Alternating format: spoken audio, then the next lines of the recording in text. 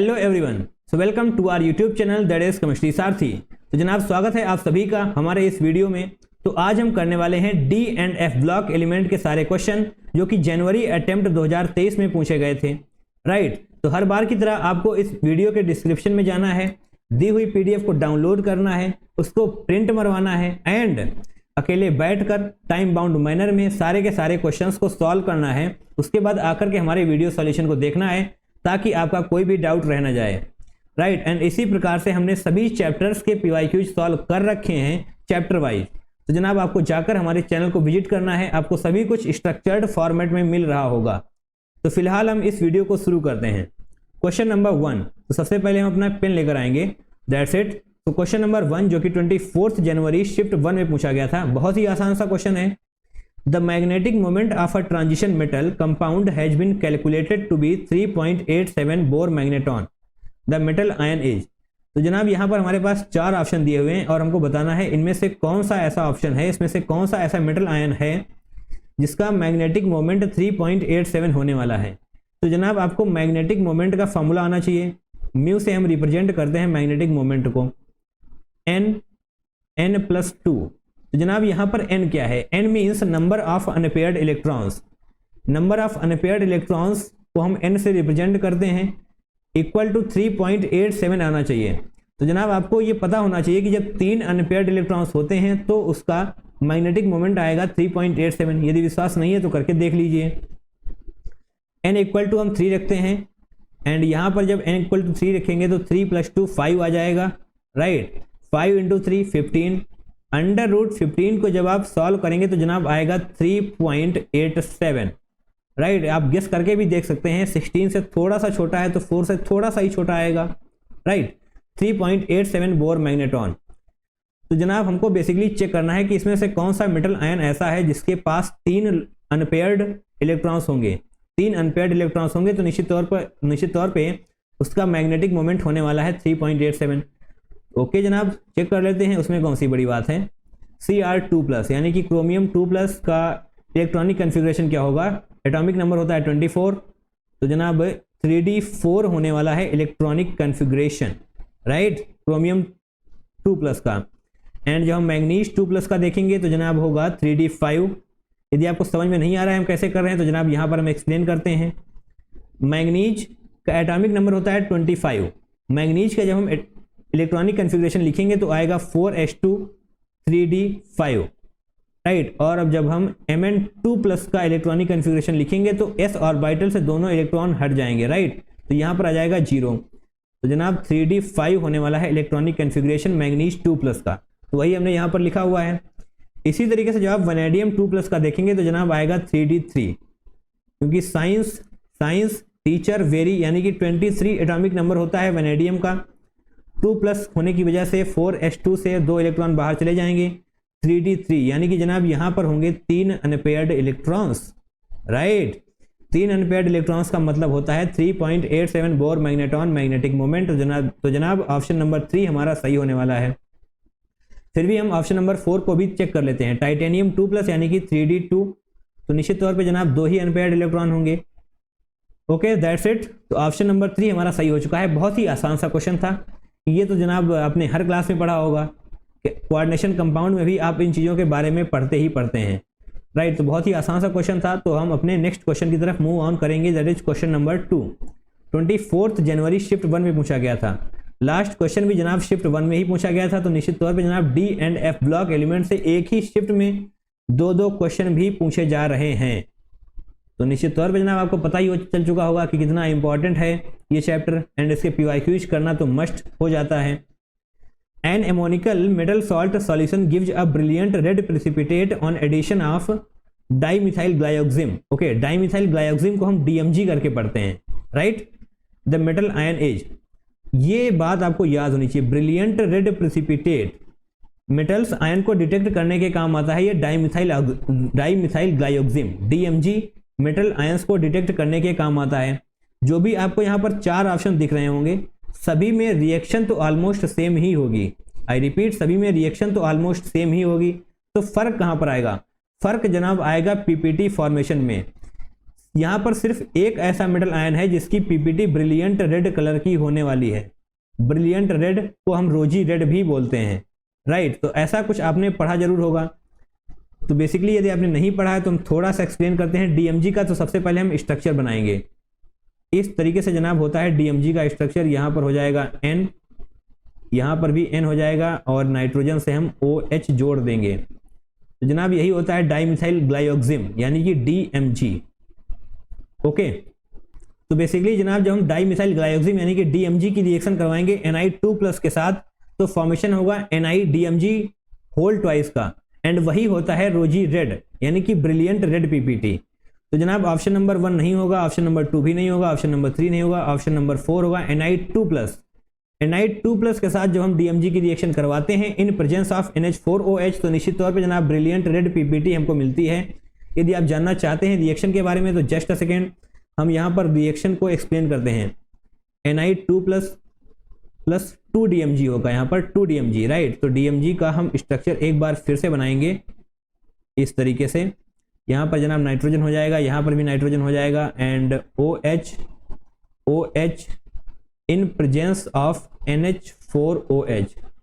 तो जनाब जो बनने वाला है उसको बहुत ही ध्यान से देखिएगा, इस तरीके से कुछ होगा। तो या तो फिर हम पहले बना लेते हैं फिर आपको एक्सप्लेन कर देंगे, क्योंकि जनाब बनने में थोड़ा सा टाइम लगने वाला है। तो यस जनाब हमारा स्ट्रक्चर बन चुका है। ये होता है NiDMG होल ट्वाइस, एंड जनाब यही होता है ब्रिलियंट रेड कलर का। यहाँ पर आप देख पाएंगे ब्रिलियंट रेड पीपीटी, इसको हम रोजी रेड पीपीटी भी बोलते हैं। NiDMG होल ट्वाइस जो आपको यहाँ पर दिख रहा होगा, NiDMG होल ट्वाइस, यही फॉर्मेशन होने वाला है, एंड जनाब यही होता है रेड कलर का। इसका स्ट्रक्चर आपको याद करने की जरूरत बिल्कुल भी नहीं है, आपको सिर्फ ये याद होना चाहिए। जनाब इसका स्ट्रक्चर हम थोड़ा सा अलग कर देते हैं ताकि आप समझ पाएँ।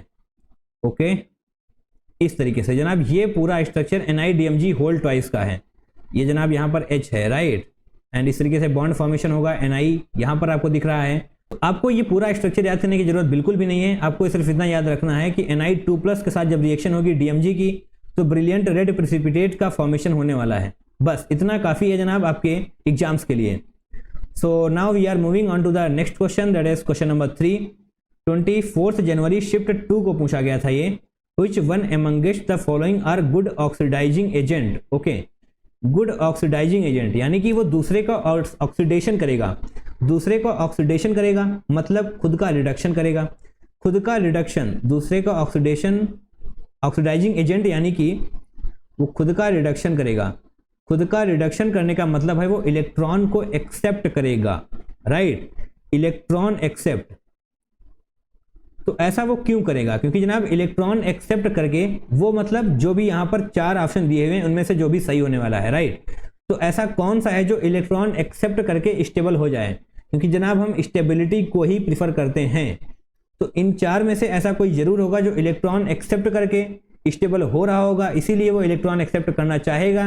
एंड इलेक्ट्रॉन एक्सेप्ट करने का मतलब होता है रिडक्शन, रिडक्शन का मतलब होता है अच्छा oxidizing agent, right. Very simple, हमारा कॉन्सेप्ट क्रिस्टल क्लियर हो चुका है और अब हम अपने ऑप्शन की तरफ चलेंगे। तो जनाब यहाँ पर आपको देखने को मिलेगा samarium 2+, Sm2+, Ce2+, Ce4+, Tb4+। तो ये सारे के सारे लैंथेनाइड्स हैं।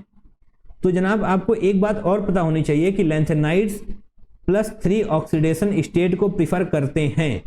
लैंथेनाइड्स +3 ऑक्सीडेशन स्टेट को प्रीफर करते हैं, तो यहाँ पर ये चारों भी +3 ऑक्सीडेशन स्टेट में जाना चाहेंगे।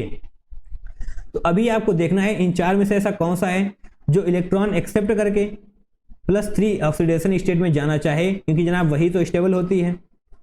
Sm2+ को यदि आप इलेक्ट्रॉन देंगे तो Sm+1 हो जाएगा। तो जनाब ये इलेक्ट्रॉन एक्सेप्ट करके नहीं बल्कि इलेक्ट्रॉन लूज करके Sm3+ को बना पाएगा, राइट। Sm2+ से यदि Sm3+ बन रहा है तो जनाब ये ऑक्सीडाइजिंग एजेंट नहीं बल्कि रिड्यूसिंग एजेंट होगा। तो जब हम option number C and option number B को देखेंगे तो यहाँ पर आपको देखने में आएगा जब हम इसको एक इलेक्ट्रॉन देंगे, इलेक्ट्रॉन गेन करके जनाब ये हो जाएगा Ce3+ में, एंड सेम इसी तरीके से Tb, यहाँ पर भी जब इलेक्ट्रॉन गेन होगा तो जनाब ये भी Tb3+ का फॉर्मेशन करेगा। इलेक्ट्रॉन गेन यानी कि इलेक्ट्रॉन एक्सेप्ट करने का मतलब है ये रिडक्शन कर रहा है, खुद का रिडक्शन कर रहा है, तो निश्चित तौर पे दूसरे को अच्छा तरीके से ऑक्सीडाइज भी करेगा। यानी कि Ce4+ and Tb4+ are good oxidizing agents, right. C and D यानी कि ऑप्शन नंबर 4 ही हमारा सही होने वाला है। तो जनाब सिंपल सी चीज़ें आपको पता होनी चाहिए थी। ऑक्सीडाइजिंग एजेंट यानी कि मतलब खुद का अच्छा रिडक्शन करेगा। खुद का रिडक्शन तभी करेगा जब वो इलेक्ट्रॉन को एक्सेप्ट करेगा। इलेक्ट्रॉन एक्सेप्ट करके यदि स्टेबल स्टेट में जा रहा है तो निश्चित तौर पे जनाब वो इलेक्ट्रॉन एक्सेप्ट करना चाहेगा, राइट। इलेक्ट्रॉन एक्सेप्ट करके Ce4+ Ce3+ में कन्वर्ट हो जाएगा एंड Tb4+ Tb3+ में कन्वर्ट हो जाएगा। तो निश्चित तौर पे सी एंड डी ही हमारे सही होने वाले हैं। एंड नाउ क्वेश्चन नंबर 4, ये भी 24 जनवरी शिफ्ट 2 में पूछा गया था एंड लास्ट क्वेश्चन भी 24 जनवरी शिफ्ट 2 में पूछा गया था। जनाब यहाँ पर भी आपको देखने में मिल रहा है कि एक शिफ्ट में 2 क्वेश्चन। तो जनाब पढ़ते जाइए D and F block element को। तो K2Cr2O7 paper acidified with dilute H2SO4 turns green. Turns green से क्या कुछ क्लिक करें जनाब? ग्रीन कलर कब आता है? ग्रीन कलर जनाब आता है Cr3+ के फॉर्मेशन में।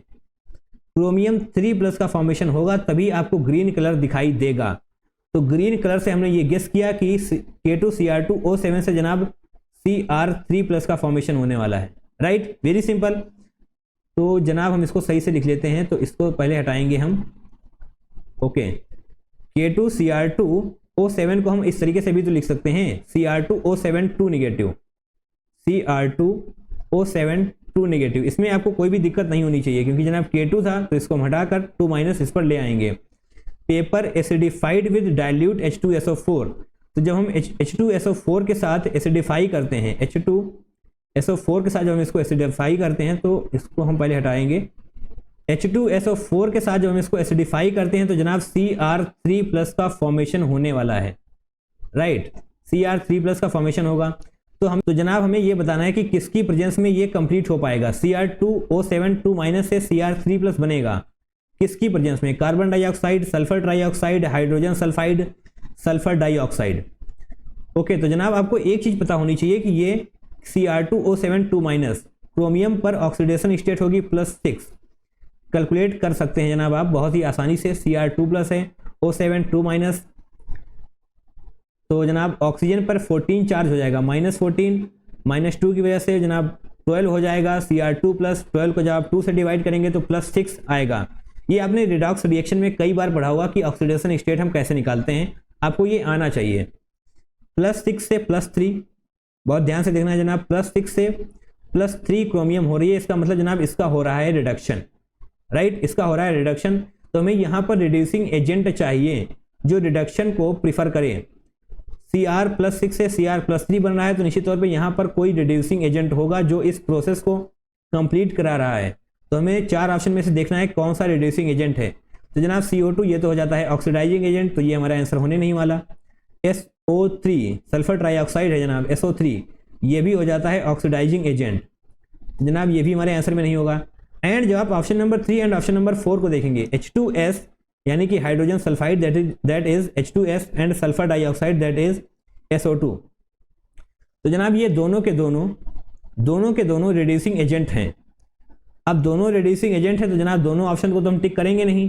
तो निश्चित तौर पे जनाब आपको ये पता होना चाहिए कि SO2 is much better reducing agent than H2S। Sulphur dioxide एक बहुत अच्छा रिड्यूसिंग एजेंट है in comparison to hydrogen sulphide. तो निश्चित तौर पे जनाब सल्फर डाइऑक्साइड ही हमारा आंसर होने वाला है, क्योंकि जनाब यहाँ पर हमको एक रिड्यूसिंग एजेंट चाहिए था, तो रिड्यूसिंग एजेंट सल्फर डाइऑक्साइड होगा। एंड अब हम इस रिएक्शन को कंप्लीट करेंगे। K2Cr2O7 H2SO4 जो हमें यहाँ पर क्वेश्चन में दे रखा है, एंड अब हम रिएक्शन करवाएंगे इसकी SO2 के साथ। SO2 एक रिड्यूसिंग एजेंट है तो जनाब निश्चित तौर पे क्रोमियम को रिड्यूस करेगा एंड Cr2SO4 होल थ्राइस का फॉर्मेशन होने वाला है, राइट। ये फॉर्मेशन होगा तो निश्चित तौर पे आप देख पाएंगे कि क्रोमियम पर 3+ ऑक्सीडेशन स्टेट आने वाली है। यदि आप आगे देखना चाहते हैं क्या बनेगा तो निश्चित तौर पे देखिए, बट उसकी कोई खास जरूरत है नहीं। K2SO4 + H2O, राइट, इसकी हमें कोई जरूरत है नहीं, फिर भी हमने लिख दिया है। आपको ये पता होना चाहिए कि Cr2SO4 होल थ्राइस का फॉर्मेशन होने वाला है, तो जनाब क्रोमियम पर +3 ऑक्सीडेशन स्टेट आपको नजर आ जाएगी। तो जनाब इस क्वेश्चन को भी हमने कंप्लीट किया। And now question number 5, potassium dichromate acts as a strong oxidizing agent in acidic medium. Potassium dichromate भी जनाब यही तो होता है, K2Cr2O7। यस, यही होता है potassium dichromate. Acts as a strong oxidizing agent in acidic solution. During this process the oxidation state changes from. अभी अभी हमने इस क्वेश्चन को किया है। निश्चित तौर पे जनाब +6 से +3 ही इसका आंसर होने वाला है, +6 से +3। बस हमने ऑप्शन को टिक कर दिया। तो जनाब सेम कॉन्सेप्ट पे 2 क्वेश्चन पूछे गए हैं, वो भी साथ ही।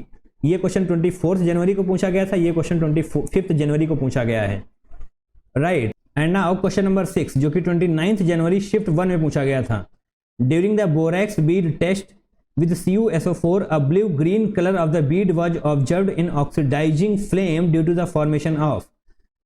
तो जनाब ब्लू ग्रीन कलर, तो ये कलर क्यों आता है, इसका रीजन क्या है? तो जनाब इसका रीजन है मेटाबोरेट्स का फॉर्मेशन।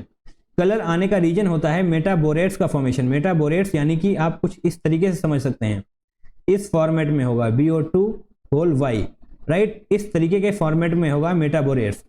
तो जनाब हम पूरी तरीके से क्वेश्चन को समझते हैं, आंसर की तरफ जाने की जल्दी हमको बिल्कुल भी नहीं है। हम कॉन्सेप्ट को समझेंगे। Na2B4O7.10H2O, ये हमने क्या लिख दिया, यही है जनाब बोरेक्स, यानी कि सोडियम टेट्राबोरेट डेकाहाइड्रेट। तो जनाब ये होता है बोरेक्स, इसको हम लिख देते हैं सोडियम टेट्राबोरेट एंड डेकाहाइड्रेट। तो यहाँ पर आप देख पा रहे होंगे .10H2 है, इसी के लिए हम लिखते हैं डेकाहाइड्रेट। एंड जो हम इसको हीट करते हैं, राइट, थोड़ी सी हीट देंगे तो जनाब ये ब्रेक हो जाएगा Na2B4O7 + 10H2O में, राइट। एंड जब आप इसको फर्दर हीट करेंगे तो जनाब ये ब्रेक हो जाएगा NaBO2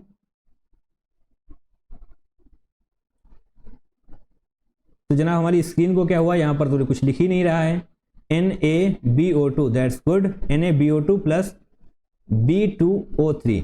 B2O3 जनाब है बोरिक एनहाइड्राइड।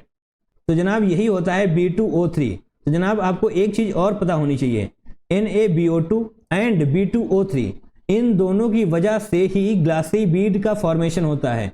NaBO2 + B2O3 की वजह से ही ग्लासी बीड का फॉर्मेशन होता है। एंड ये बात आपको पता होनी चाहिए।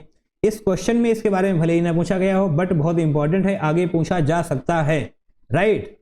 और जनाब यहाँ पर आपको CuSO4 दिया हुआ है, तो CuSO4 बेसिकली इस तरीके से होगा एंड ये जनाब ब्रेक होगा CuO + SO3 में, राइट। यहाँ से हमको CuO चाहिए एंड यहाँ से हमको B2O3 चाहिए रिएक्शन के लिए। तो जनाब रिएक्शन होगी CuO + B2O3 एंड अभी जो फॉर्मेशन होने वाला है उसको बहुत ही ध्यान से देखना है। तो जनाब जो फॉर्मेशन होगा वो होगा CuBO2। इसीलिए हम कह रहे थे इस फॉर्मेट में होने वाला है। मेटल X, यहाँ पर आपको मेटल 1 दिखाई दे रहा है, BO2 जनाब BO2 होगा, यहाँ पर हमने ही गलत कर दिया। बेसिकली हम इसको सही कर लेते हैं, अच्छे से लिख लेते हैं, कोई भी कंफ्यूजन रहनी नहीं चाहिए। Okay, that's it, BO2। यही होता है मेटाबोरेट्स, राइट। यही हम यहाँ पर, यही होता है मेटाबोरेट्स, राइट। तो जनाब इसी तरीके से हमको देखना है, इस रिएक्शन को पूरा हमें समझ में आना चाहिए। Na2B4O7.10H2O, जब हम इसको हीट करेंगे तो Na2B4O7 + 10H2O में ब्रेक हो जाएगा एंड फर्दर NaBO2 + B2O3, यही जनाब होता है बोरिक एनहाइड्राइड। एंड इन दोनों की वजह से ही ग्लासी बीड्स का फॉर्मेशन होता है। एंड यहाँ पर हमको CuSO4 दिया हुआ है, CuSO4 फर्दर CuO + SO3 में अलग हो जाएगा एंड CuO की जब रिएक्शन हम बोरिक एनहाइड्राइड के साथ करवाएंगे तो जनाब इसका फॉर्मेशन होता है एंड इसकी वजह से ही कलर आता है। तो निश्चित तौर पे जनाब आप ऑप्शन नंबर 3 को टिक कर देंगे, राइट। अच्छा क्वेश्चन है जनाब, आपको ये आना चाहिए। बोरेक्स बीड टेस्ट के ऊपर काफ़ी सारे क्वेश्चन पूछे गए हैं एंड आगे भी पूछे जाएंगे, तो जनाब इसको छोड़ना बिल्कुल भी नहीं है। तो अभी हम चलते हैं अपने नेक्स्ट क्वेश्चन की तरफ, दैट इज क्वेश्चन नंबर 7। तो जनाब यहाँ पर 4 स्टेटमेंट दिए हुए हैं और हमको बताने हैं कि कौन कौन से स्टेटमेंट सही हैं। यस, करेक्ट स्टेटमेंट के बारे में ही हमसे पूछा गया है। Statement 1, manganese exhibits +7 oxidation state in its oxide, बिल्कुल सही, कोई भी गलती नहीं है यहाँ पर, मैग्नीज +7 ऑक्सीडेशन स्टेट ही रखती है। And ruthenium and osmium exhibit +8 oxidation state in their oxide, बिल्कुल सही। बेसिकली मैग्नीज डी ब्लॉक में मैग्नीज सबसे ज़्यादा ऑक्सीडेशन स्टेट रखती है, that is +7, and ruthenium and osmium के पास +8 ऑक्सीडेशन स्टेट होती है, and scandium shows +4 oxidation state which is oxidizing in nature. तो नहीं जनाब, ये स्टेटमेंट हो जाएगा गलत, right. Chromium shows oxidizing nature in +6 oxidation state, बिल्कुल सही। अभी अभी आपने क्वेश्चन किया हुआ है, +6 से +3 बन रहा था, राइट। क्रोमियम +6 से +3 जा रहा था, तो निश्चित तौर पे जनाब 4 सही है। 1 2 4 यानी कि ऑप्शन नंबर 4 हमारा सही हो जाएगा। नहीं जनाब, ऑप्शन नंबर 4 नहीं, ऑप्शन नंबर 2 सही होगा। ऐसी गलती बिल्कुल भी नहीं करनी है जो अभी हमने की। +4 के बजाय जनाब आपको -1 मिलेगा, एंड -1 नहीं, वो होगा -5, क्योंकि जनाब आपके +4 आने चाहिए थे और आप -1 लेकर आएंगे। तो ऐसी गलती नहीं करनी है, बहुत ही आराम से इत्मीनान से हमको आंसर मार्क करना है। भले ही हमको 2 सेकंड ज़्यादा लग जाएं, बट आंसर बिल्कुल परफेक्टली तरीके से मार्क करना है, राइट। नाउ क्वेश्चन नंबर 8, ये भी 29 जनवरी शिफ्ट 2 में ही पूछा गया था। अ solution of CrO5 in amyl alcohol has a colour. Okay, तो हमें ये कलर बताने हैं। इस क्वेश्चन को हम थोड़ा सा अच्छे तरीके से एक्सप्लेन करते हैं ताकि आपको समझ में आए, क्योंकि एक लाइन के बेसिस पर आपको ये ज़्यादा कुछ समझ में आएगा नहीं। तो जनाब अब हम इसकी पूरी रिएक्शन लिखेंगे जिससे कि आपको आसानी से समझ में आए। K2CrO4, इसको जब हम एसिडिफाई करते हैं तो जनाब बन जाता है K2Cr2O7, यानी कि पोटेशियम डाइक्रोमेट, राइट। एंड जनाब ये होता है ऑरेंज कलर का। फिलहाल इस क्वेश्चन में ऐसा कुछ भी पूछा नहीं गया है, बट पता होना चाहिए, रिपीटेटिव कॉन्सेप्ट है, लगातार पूछा जाता है, कलर आपको आने चाहिए। एंड जब हम इसकी रिएक्शन करवाएंगे, अभी हमें ज़रूरत होगी एमाइल अल्कोहल की, right. H2O2 in presence of amyl alcohol. हमने एमाइल अल्कोहल क्यों लिया, रुक जाइए बताते हैं, सब कुछ बताया जाएगा जनाब, रुकिए। K2Cr2O7 की रिएक्शन जब इन रिएजेंट्स की प्रेजेंस में करवाएंगे तो जनाब हमको CrO5 मिलने वाला है, राइट। CrO5 जो आप यहाँ पर देख पा रहे हैं, CrO5 का स्ट्रक्चर भी देख लीजिए, ये भी मिस नहीं होना चाहिए। पिछले क्वेश्चंस में काफ़ी बार पूछा गया है। CrO5 का स्ट्रक्चर ऐसा कुछ होता है, बटरफ्लाई स्ट्रक्चर बोलते हैं हम इसको, राइट। एंड यहाँ पर हमने एमाइल अल्कोहल का यूज क्यों किया, वो इसलिए किया क्योंकि जनाब CrO5 एक्सप्लोजिव नेचर का होता है। जो आप यहाँ पर देख पा रहे हैं ये जनाब होता है एक्सप्लोजिव नेचर का, जिसकी वजह से हमें एमाइल अल्कोहल का यूज करना पड़ रहा है ताकि ये एक्सप्लोजिव नेचर अपना दिखाए ना, राइट। शांत स्वभाव में बैठा रहे, एक्सप्लोजन ना दिखाए, इसलिए हमको एमाइल अल्कोहल का यूज करना पड़ रहा है। एमाइल अल्कोहल बेसिकली करता क्या है, ये K2Cr2O7 एंड CrO5 के बीच में एक लेयर का फॉर्मेशन कर देता है, जिसकी वजह से एक्सप्लोजन नहीं हो पाता है। तो जनाब आपको ये पता होना चाहिए कि ये होता है ब्लू कलर का। बेसिकली ये याद करने वाली चीज़ है, कलर आपको याद करने पड़ेंगे, कोई लॉजिक कुछ नहीं पता है, याद करने पड़ेंगे, याद कर लीजिए क्योंकि जनाब क्वेश्चन तो आते ही आते हैं। तो जनाब blue colour, okay. So option number 4 हमारा सही होने वाला है। ये रिएक्शन आपको आनी चाहिए, छोड़ नहीं सकते। CrO5 ये भी पता होना चाहिए कि एक्सप्लोजिव नेचर का होता है। इसके साथ ही आपको ये पता होना चाहिए कि एमाइल अल्कोहल का यूज हम क्यों करते हैं, क्योंकि हमें एक्सप्लोजन नहीं करवाना। CrO5 का स्ट्रक्चर पता होना चाहिए। कलर तो जनाब आपसे इस क्वेश्चन में पूछ ही लिया गया है। तो ये सारी छोटी छोटी चीज़ें आपको पता होनी चाहिए, तो निश्चित तौर पर आप अपने आप को बेहतर बना पा रहे होंगे। एंड नाउ क्वेश्चन नंबर 9 जो कि 30 जैन शिफ्ट 1 में पूछा गया था। During the qualitative analysis of SO3 negative using dilute H2SO4 SO2 gas is evolved which turns K2Cr2O7 solution. अगर हम कहें कि ऐसा क्वेश्चन अभी अभी आपने किया हुआ है, एग्जैक्ट तो नहीं है बट इन्फ्लुएंस्ड है, तो क्या आप यकीन करेंगे? नहीं करेंगे। तो जनाब हम आपको दिखाते हैं कि हमने कौन सा ऐसा क्वेश्चन किया हुआ है।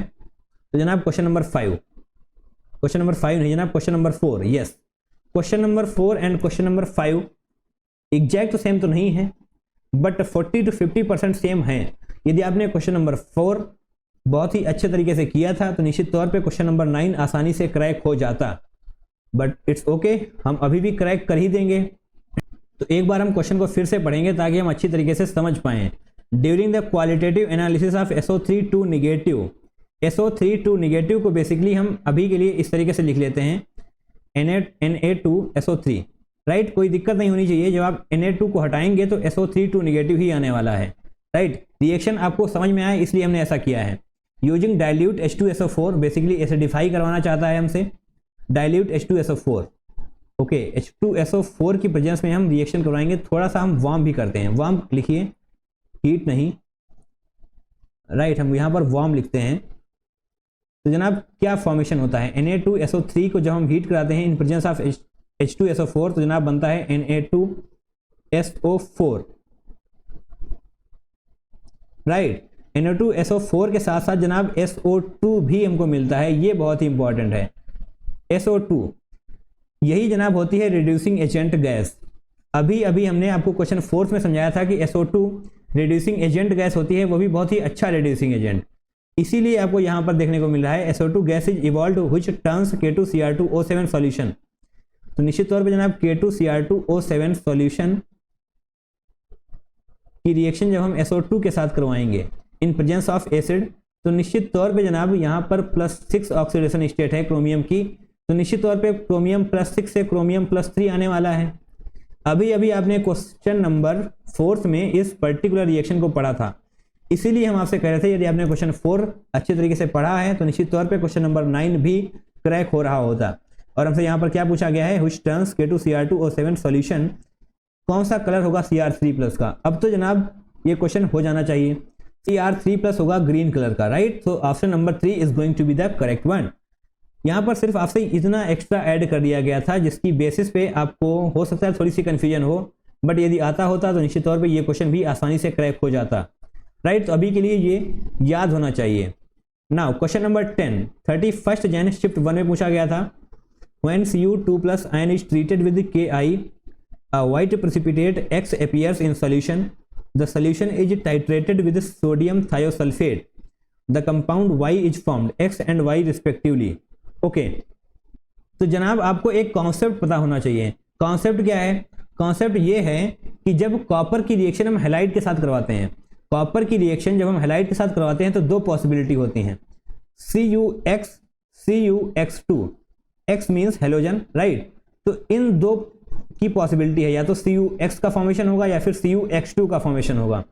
यहां पर X इक्वल टू जनाब होगा chlorine, bromine and iodine, and यहां पर X इक्वल टू होगा फ्लोरीन, क्लोरीन एंड ब्रोमीन। यहां पर आयोडीन नहीं होगा, CuX2 के केस में आयोडीन नहीं होने वाला एंड CuX के केस में फ्लोरीन नहीं होने वाला। ओके, तो अभी हम रिएक्शन करवाएंगे when Cu2+ ion is treated with Ki, but Cu2+ की रिएक्शन Ki के साथ करवाई जा रही है। Cu2+ की रिएक्शन हम I नेगेटिव के साथ करवाते हैं, I नेगेटिव यानी कि Ki, राइट। तो क्या फॉर्मेशन होने वाला है, बल्कि यहाँ पर तो आयोडीन की रिएक्शन करवाने के लिए मना कर रहा है, ऐसा क्यों होगा। तो जनाब Cu2 का फॉर्मेशन होगा, एंड ये Cu2 हाईली अनस्टेबल होता है। Mark my words, Cu2+ is highly unstable. तो जनाब हम यहाँ से अलग कलर से लिखेंगे, Cu2+ इज हाईली अनस्टेबल, जिसकी वजह से हमें यहाँ पर CuX2 के केस में आयोडीन दिखाई नहीं पड़ रही है। तो जनाब ये फर्दर डिकम्पोज होती है Cu2I2 + I2 में, राइट। Cu2I2 यही हमसे इस क्वेश्चन में पूछा गया है जनाब। ये होती है व्हाइट प्रेसिपिटेट, जो आपको क्वेश्चन में आसानी से दिखाई दे जाएगी।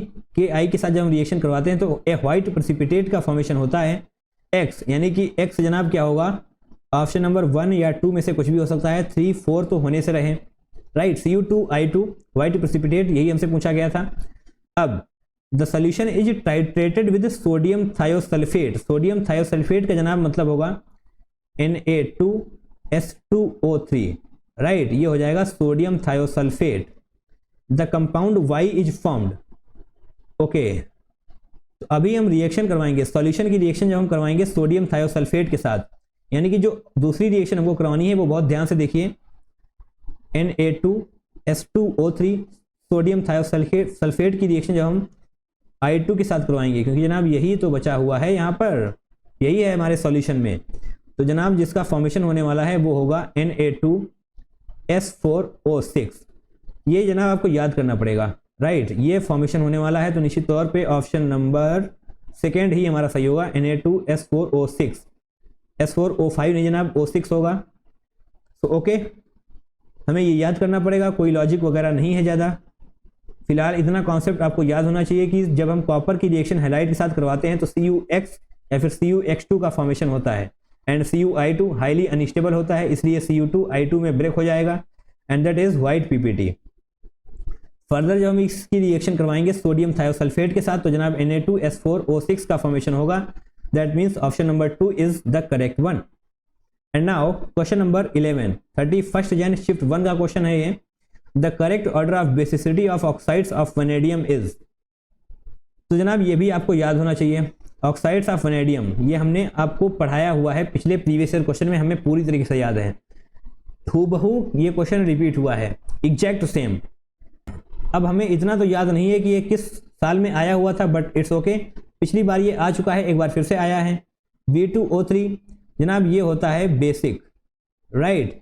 V2O3 is basic, V2O4 is less basic and V2O5 जनाब होता है एम्फोटेरिक।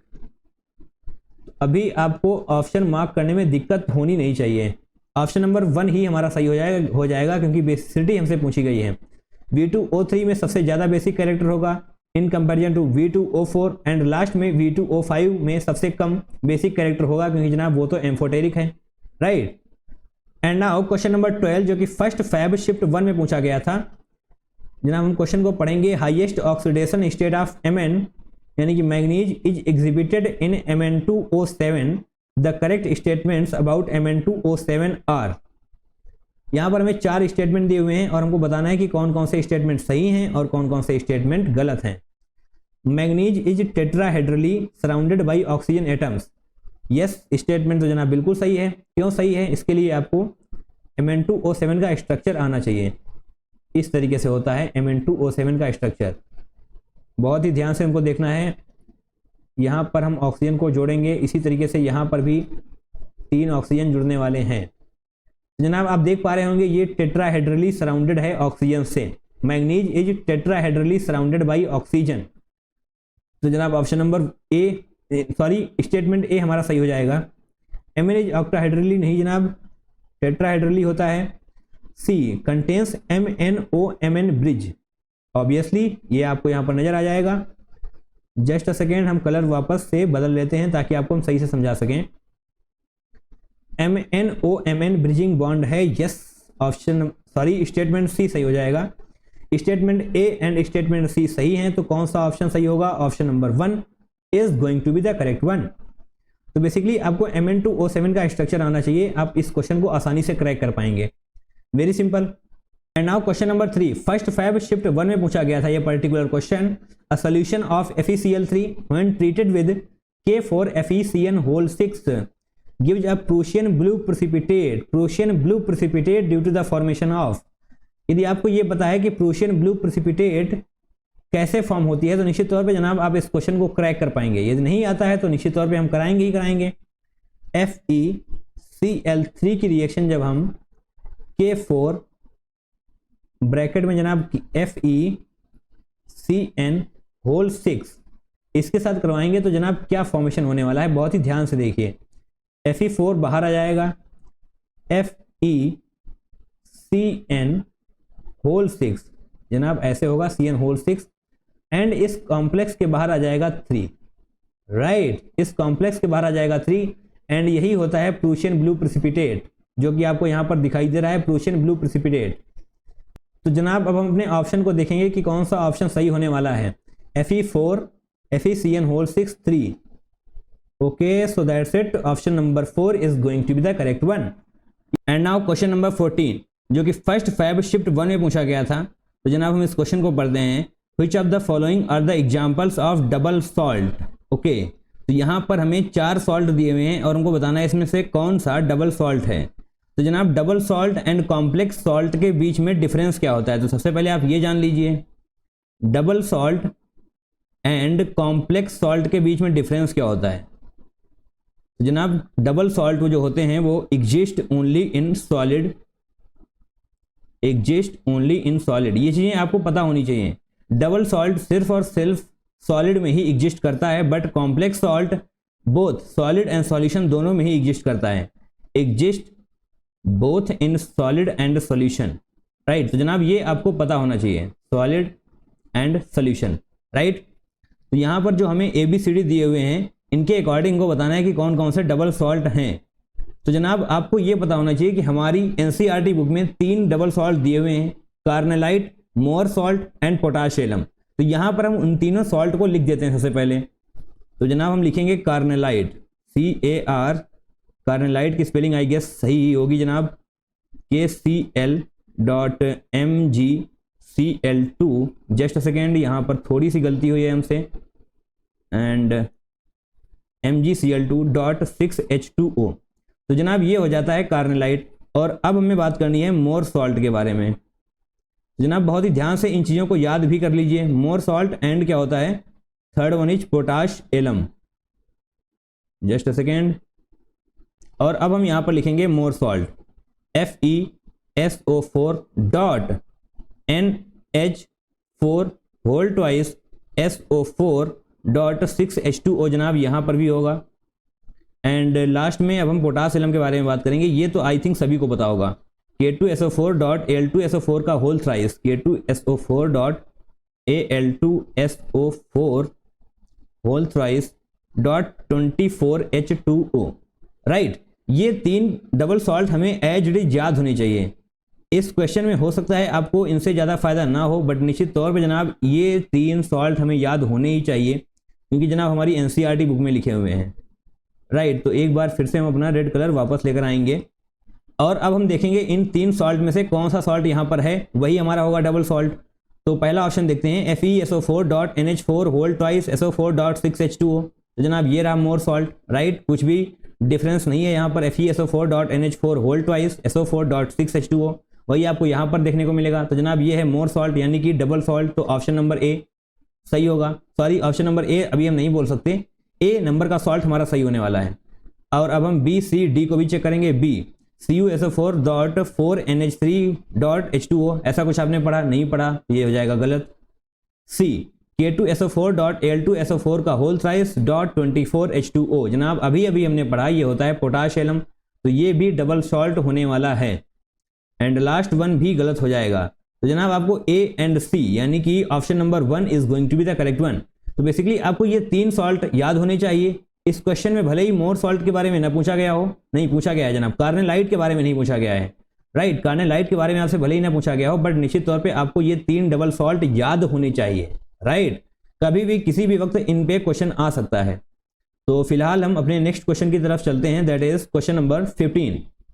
ये जनाब असर्शन रीजन टाइप क्वेश्चन है, बहुत ही ध्यान से देखना होता है हमें इन क्वेश्चंस को, बहुत ही ट्रिकी बेस्ड क्वेश्चन होते हैं, बहुत ही आसानी से हमसे नेगेटिव मार्किंग हो सकती है इन पर्टिकुलर क्वेश्चंस में। तो बहुत ही ध्यान से करना है। Assertion A, Cu2+ in water is more stable than Cu+, okay.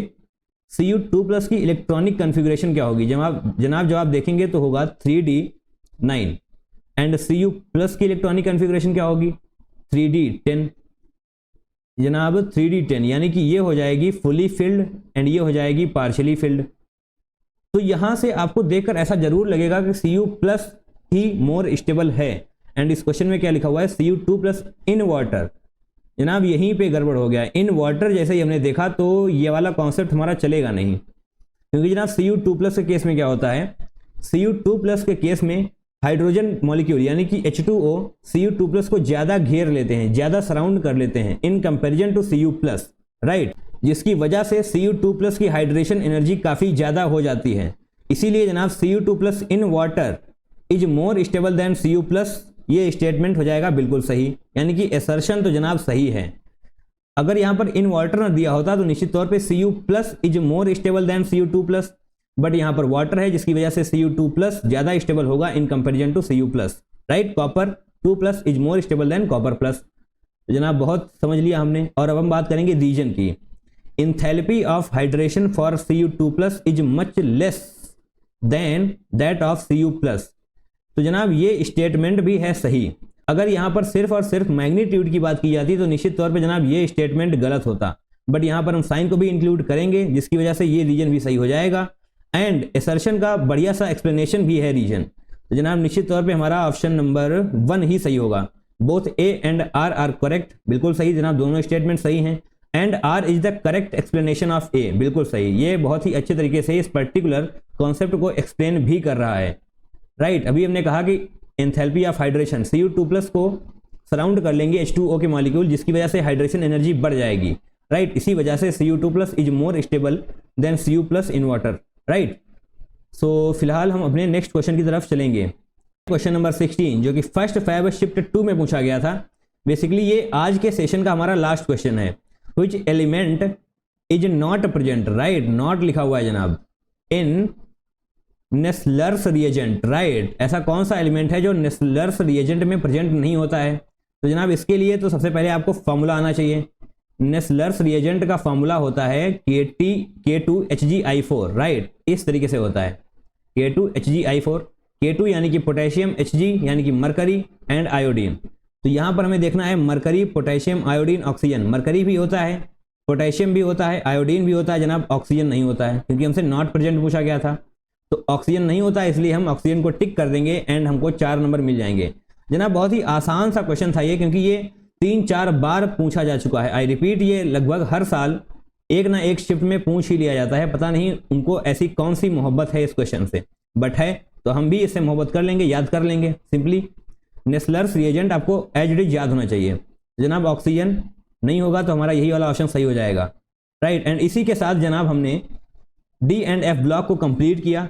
इस पर्टिकुलर चैप्टर से 16 क्वेश्चंस पूछे गए थे। राइट, 16 क्वेश्चन पूछे गए थे एक ही सेशन में। तो जनाब ये चैप्टर कितना ज़्यादा इंपॉर्टेंट है ये आपको पता चल चुका होगा। एक ही सेशन में जनाब 16 क्वेश्चन पूछे गए हैं इस चैप्टर से, तो हर हाल में इस चैप्टर को कंप्लीट करना ही करना है। सारे के सारे PYQs करने हैं इस पर्टिकुलर चैप्टर के।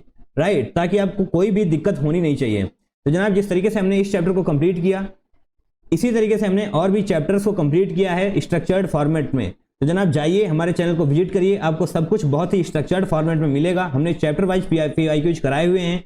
2023, 2024 एंड 2022 के भी PYQs हमने कंप्लीट करा दिए हैं। राइट, तो जाकर हमारे चैनल को विजिट करिए, आपको सब कुछ स्ट्रक्चर्ड फॉर्मेट में मिलेगा। तो हमारे क्वालिटी कंटेंट को एक्सेस करिए एंड अपने आप को बेहतर बनाइए। तो चलिए जनाब मिलते हैं किसी नेक्स्ट वीडियो में। Till then take care, tata, bye bye and I love you all.